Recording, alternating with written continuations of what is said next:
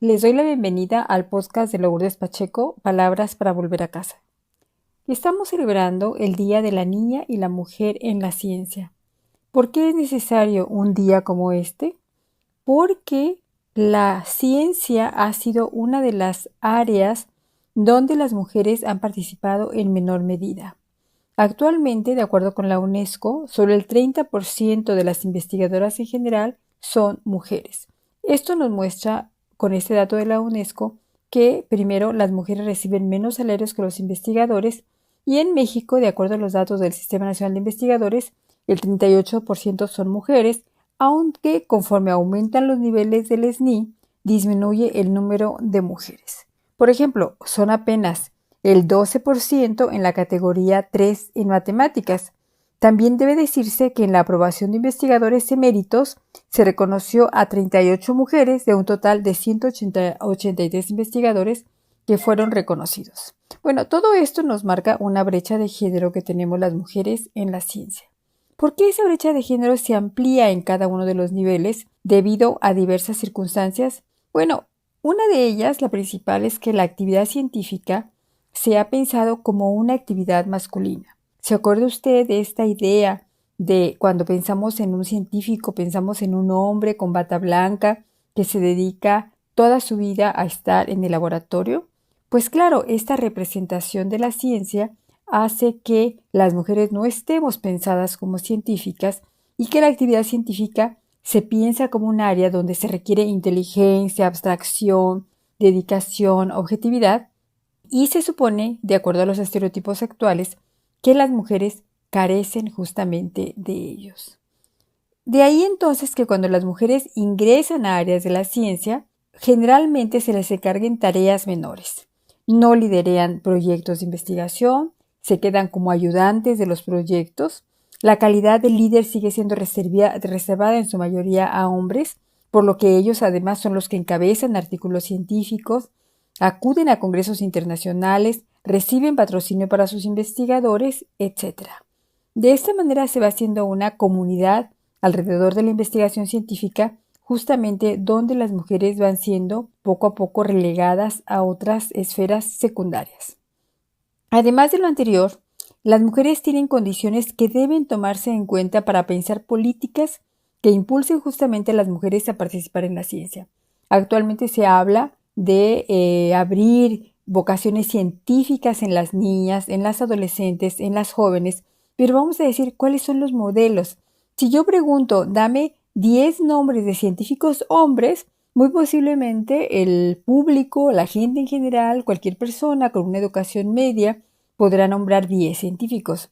Pero si yo les digo, dame nombres de 5 mujeres científicas, ya no digamos mexicanas, sino del ámbito internacional, muy posiblemente muchas personas se queden solamente en Marie Curie, seguramente. Tal vez Julieta Fierro, tal vez la astrónoma Silvia Torres, pero creo que aparte de estas grandes figuras que tenemos, es muy poco probable, Rosalind Franklin nos podrían decir, es muy poco probable que juntemos tan solo a una lista de 5.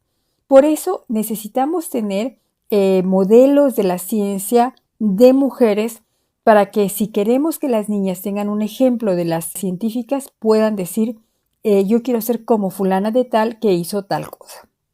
Pero las mujeres, como ya sabemos, se les han asignado tareas de cuidado a partir de la reproducción biológica, por lo que tenemos dos ejes fundamentales, la maternidad y la conyugalidad, que se convierten en dos de las condiciones que prácticamente impiden a las mujeres dedicar tiempo al trabajo científico. Todavía hasta hace poco tiempo era común que cuando las jóvenes llegaban a una entrevista para hacer una maestría o hacer un doctorado, quienes estaban en el jurado les preguntaban, ¿estás casada? ¿Tienes hijos? ¿Vas a poder con los estudios? Es más, en ocasiones las obligaban o las comprometían a que no se embarazaran. Incluso se hacían pruebas de embarazo. ¿Esto por qué? Porque las instituciones se querían asegurar de que a la persona, a la muchacha, a la joven que le estaban dando una beca para que estudiara, tuviera que dedicarse de tiempo completo a la investigación y que no tuviera estas interrupciones, ¿no? Como serían tener un esposo o tener hijos que la pudieran derivar de los estudios. Fíjense cómo esta característica o esto no se les preguntaba a los hombres. hoy, a partir de las posturas que hemos tenido las mujeres en relación a la ciencia, está prohibido, no se puede preguntar una cuestión de estas, so pena de que a ese programa se le acuse de ser un programa discriminatorio, porque la maternidad y la conyugalidad no pueden ser obstáculos para que las mujeres sigan en la ciencia. De ahí entonces que tenemos que pugnar por otra manera de hacer una maternidad y otra manera de hacer una conyugalidad. ¿Por qué? Porque justamente los estudios de posgrado, que es donde la gente se entrena para ser investigadora, ocurren en los tiempos donde también las mujeres tienen o pueden tener una reproducción biológica. Entonces las jóvenes se ven enfrentadas al dilema: ¿tengo hijos, me embarazo o sigo con el doctorado?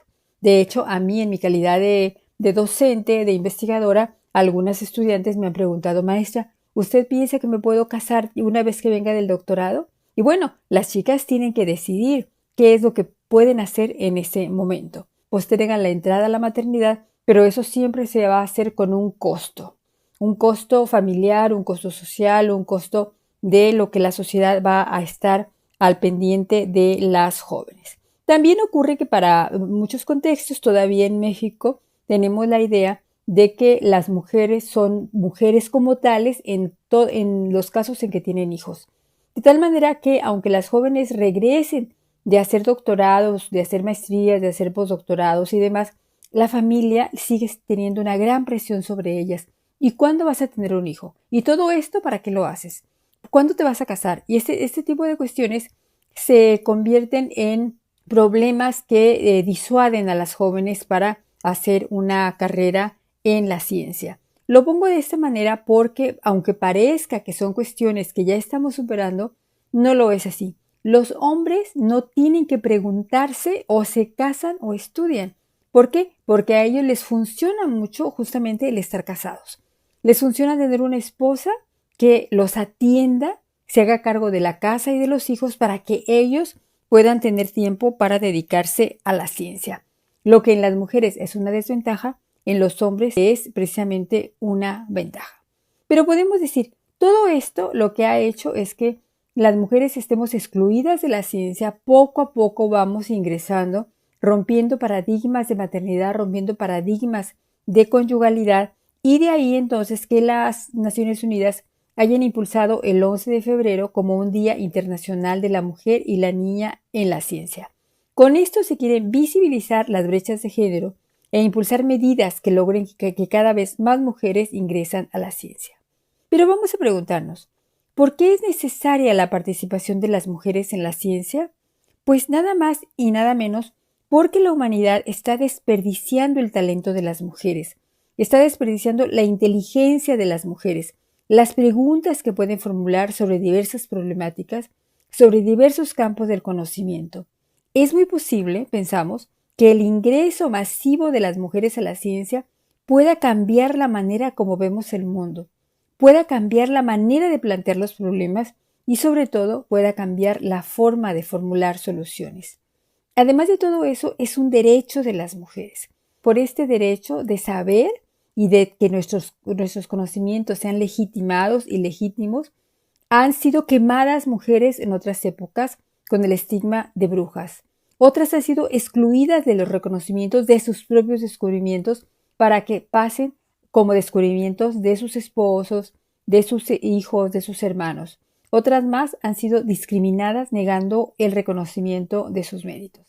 Nada menos podemos ver la lista de quienes han obtenido premio Nobel desde la fundación de este galardón y podemos ver que solo el 6% de los galardonados en el premio Nobel han sido mujeres. Sí, el 94% han sido para hombres. ¿Por qué? No porque las mujeres seamos tontas, no porque las mujeres tengamos menos inteligencia, sino porque las mujeres estamos en un lugar precientífico, es decir, estamos en un lugar donde todavía no entramos masivamente a la ciencia. Estamos excluidas de ese lugar porque, y entonces en todos estos 124 años de entrega del premio Nobel ha sido esta discriminación como les he mencionado. Y las mujeres no estamos en la ciencia por todas estas características y características que tienen que ver con la forma como estamos socializadas las mujeres, pero también cómo se van creando los ambientes científicos. Por lo tanto, urge en este planeta en este país, en este estado, no desperdiciar el talento y la inteligencia de la mitad de la población. Porque cuando las mujeres producen ciencia, sin duda alguna, se mejora el mundo. Y el ejemplo que tenemos es el ejemplo de Marie Curie, una mujer que inventó el primer aparato de rayos X móvil y con ello salvó la vida de miles de personas. Pero además dedicó su descubrimiento de los rayos X a la mejora de la salud de quien lo necesita. Ella se podía haber enriquecido con ese descubrimiento y sin embargo nunca lo patentó, porque ella hizo este descubrimiento para toda la humanidad. Con este ejemplo, el talento de las mujeres puede mejorar el mundo, puede enriquecerlo. Por eso, efectivamente, necesitamos más talentos de mujeres en la ciencia, porque estamos convencidas que las mujeres en la ciencia mejoramos el mundo. Soy Lourdes Pacheco y te espero en la próxima emisión.